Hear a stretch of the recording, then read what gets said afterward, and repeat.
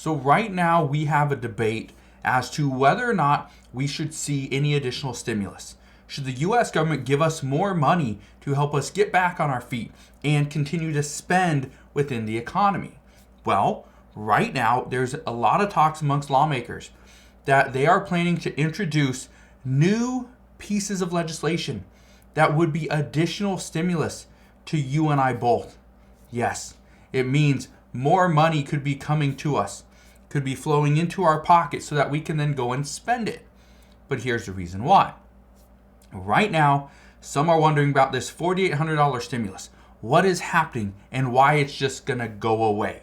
Or are we going to see it come back in different forms? Well, that's what many people are expecting. That yes, we are going to continue to see some assistance and relief from the U.S. government. Now, here's what we know.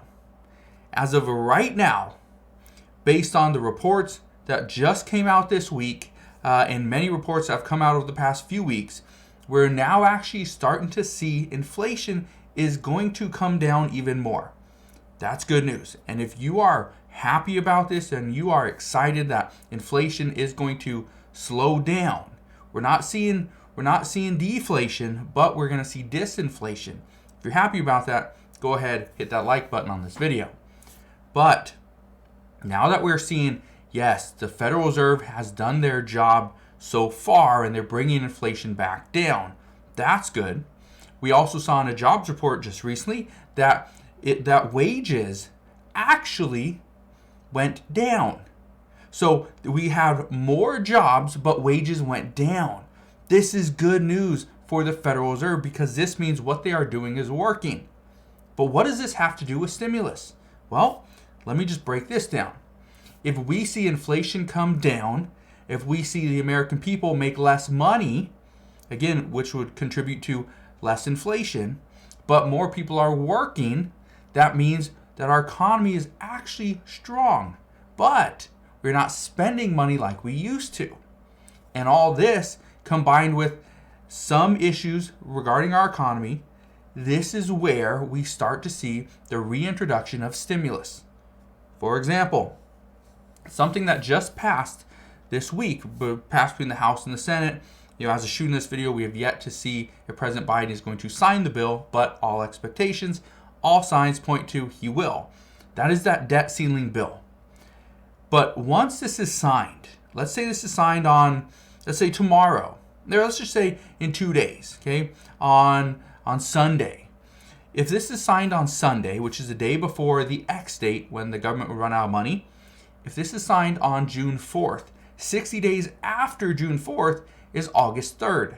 The reason why this is such an important date is because 60 days after this bill is signed, the student loan payment pause expires, which means that the average student loan borrower who has a payment of about $400 per month, they would actually have to make that payment again. This is why there's a debate over that $4,800 stimulus. Because yes, this is considered a stimulus. It is stimulating the economy. Because now that student loan borrowers don't have to make a payment and haven't made a payment in over 3 years, they can take that money that they would pay, let's say that $400, they can go put it on a car payment. They can go buy a house. They can use it to pay their rent and their utilities and buy food and buy new clothing and buy the new, Apple iPhone. They can go do all that stuff. But once those payments start, that's where some say everybody will be in trouble. So, here's what we know. Not only are we seeing lawmakers excited about this debt ceiling bill, but the House and the Senate have both passed a bill that would block President Biden's student loan forgiveness plan. This means this whole forgiveness package of up to $10,000 for student loan debt, this would pretty much go away. The expectation, though, is even though the House and the Senate just passed this, President Biden is going to veto this bill once it lands on his desk. And this is not going to sit well with congressional members who voted to get this bill passed. But at the same time, President Biden is doing what he can to prevent lawmakers from blocking any additional stimulus that is still going out to the American people. And here's why. Millions of households have yet to bounce back from the financial stresses of the pandemic. We've seen this. We know this, right? It's not new information. Many households can't keep up with inflation. The majority of households actually cannot keep up with inflation. And the fact that the economy is still struggling is only making matters worse. But then you factor in the loss of any stimulus, and it makes the financial situation in those households even more dire. Think about this for a second. In the past year, millions of households have lost tax credits. We have seen more than 40 million people lose their supplemental allotment for SNAP benefits, their food stamps. This was about $95 or more per month. They lost this back in March. And now, within the next 60 days, we are going to see 40 plus million people have to start making student loan payments once again. This is after a 3-year break. This is why lawmakers say additional stimulus is needed. But what exactly is it going to look like? Well, here's what some are discussing. And let me know your thoughts down in the comment section below as well. But some say student loan payments could be tax deductible. Now, you're probably thinking, well, that's not going to help. That's not going to be that much money. But it could. Again, what we are not expecting to see is a big lump sum. You're like, here's $500. Here's $500 for you. Go and spend it any way that you wish. That's not what we're expecting. What we are anticipating, and this is what we've seen over the past couple years as well, is okay, yeah, let's give you a tax credit of $100. Okay, there you go. There's your tax credit.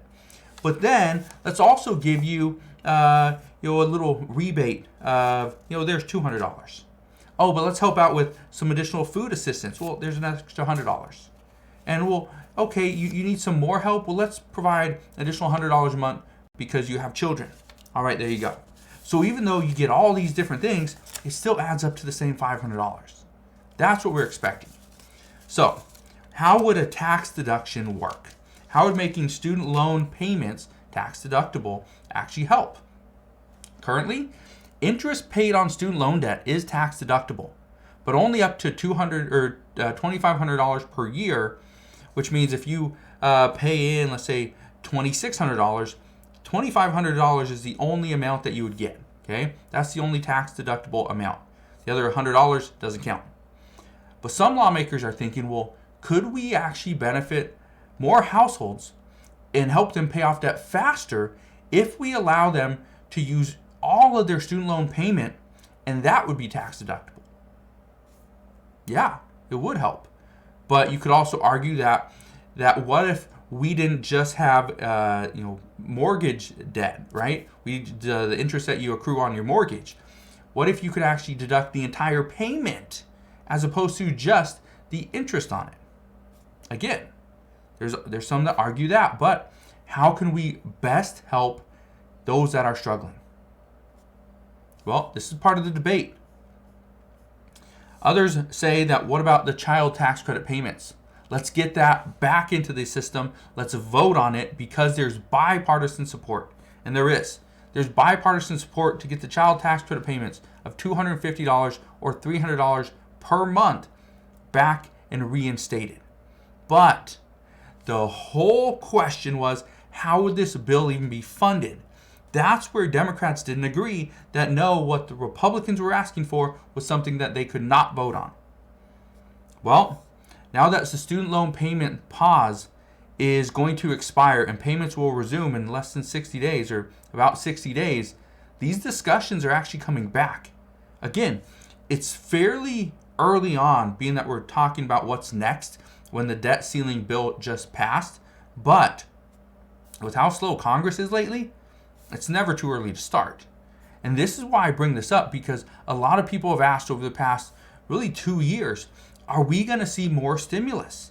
Are we going to see additional relief and help? Because I'm struggling, whether I'm on a fixed income and Social Security, whether I have 8 children and nobody helping, whether I have 4 children in school, right? I lost a job, whatever it may be.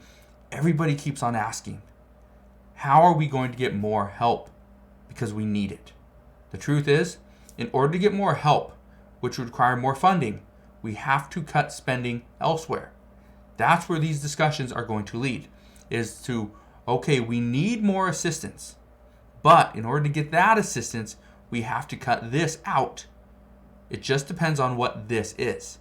So, as soon as we get more information as to what is going on there, I promise I will fill you in on all the latest news and updates. Again, thank you guys for watching. Have a wonderful rest of your day. Consider subscribing.